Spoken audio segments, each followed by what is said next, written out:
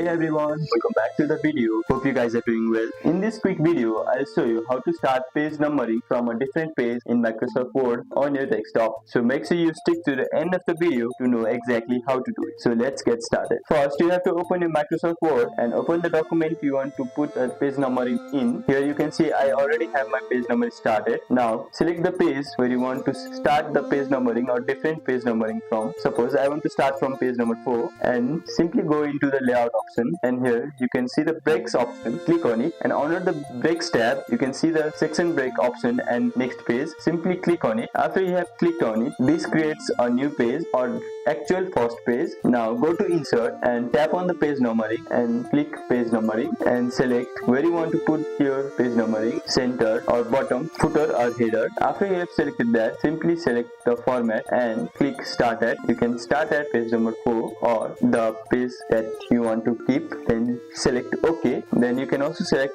OK here in this interface. After that, as you can see, the page numbering has started from page number 4 and above page numbers doesn't have any page number, and that's how you can start page numbering from a different page on Microsoft Word in your desktop. If this video helped, drop a like and subscribe for more simple tutorials. Thanks for watching and see you in the next one.